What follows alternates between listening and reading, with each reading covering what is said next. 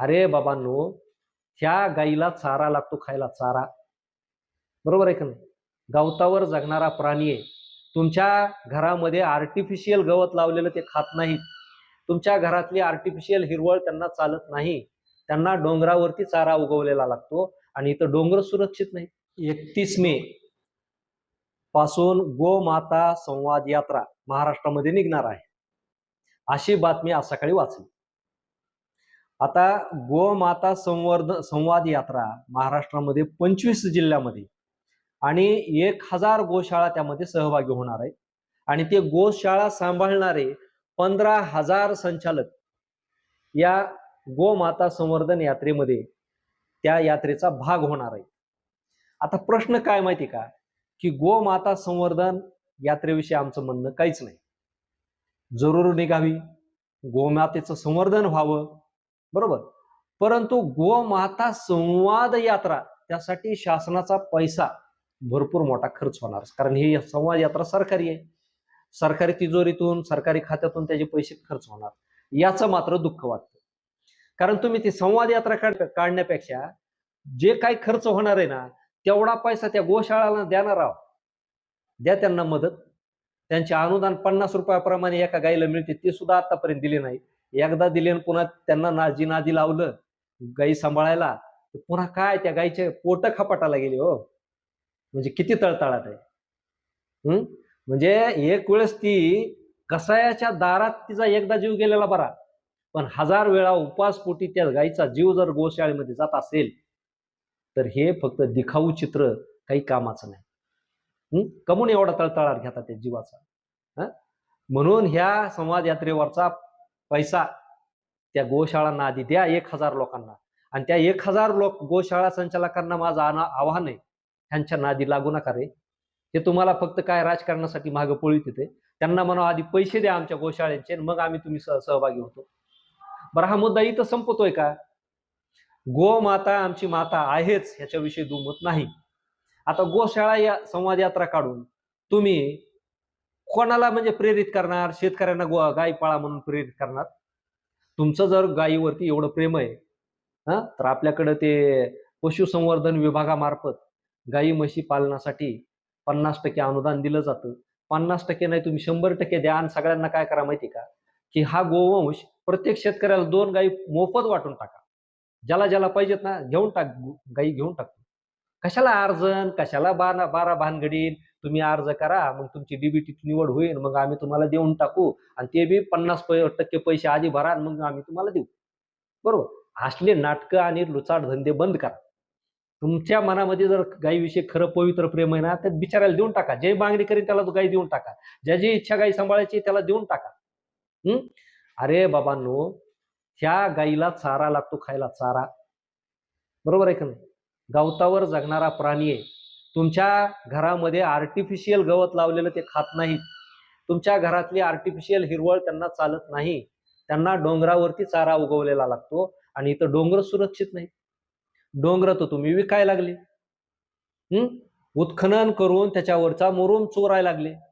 तिथं गवत कसं उगवणार? मला सांगा की तुम्ही हे जे गुरचर नाहीत ना, गायरान आहेत, ते कुठं हरवले याचा आधी शोध घ्या. कारण त्याशिवाय गाय जगल कशी? गाय तुम्हाला पाळायची, गायी विषयी तुम्हाला प्रेम आहे, गाय आपली देवता आहे, तर तिच्यासाठी, तिच्या निवासासाठी, तिच्या अधिवासासाठी जी जागा लागते ना, ती आधी सुरक्षित करा. कारण तुम्ही जर बघितलं ना, तर पूर्वी कसं होतं माहिती का, अनेक प्रकारचा चारा डोंगरावरती यायचा, वेगवेगळ्या प्रकारचं गवत. आता जर बघितलं ना, तर कुसळी गवत सोडलं तर दुसऱ्या प्रकारचं गवतच नाही. आणि ते बी येतं इतीत. बरोबर आहे का नाही? 2 महिन्यामध्ये, 3 महिन्यामध्ये 2-4 गायी गावात असतात का, त्या संपून टाकतात. मग तुम्ही इकडं गायी वाढवायला सांगायला लागले, आणि मग त्यांनी काय दगड खायची का त्या डोंगरावरची?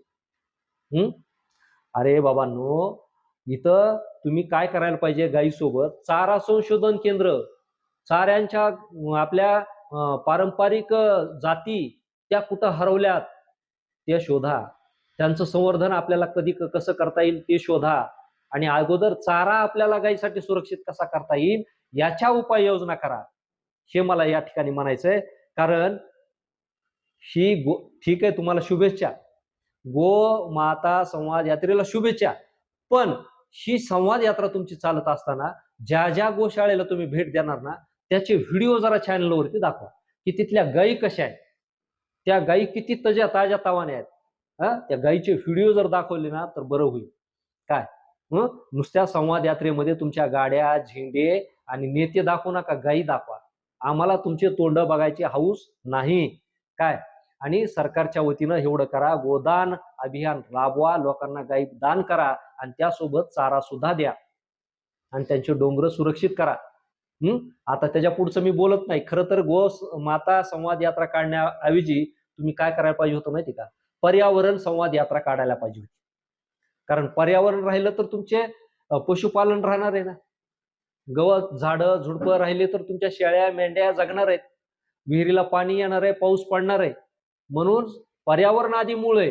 पर्यावरण संवाद यात्रा तुम्ही काढायला पाहिजे होती आणि पर्यावरणाच्या ह्याच्यासाठी तुम्ही सांगायला पाहिजे होतं. कारण आता उन्हाळा कडक चाललेला आहे.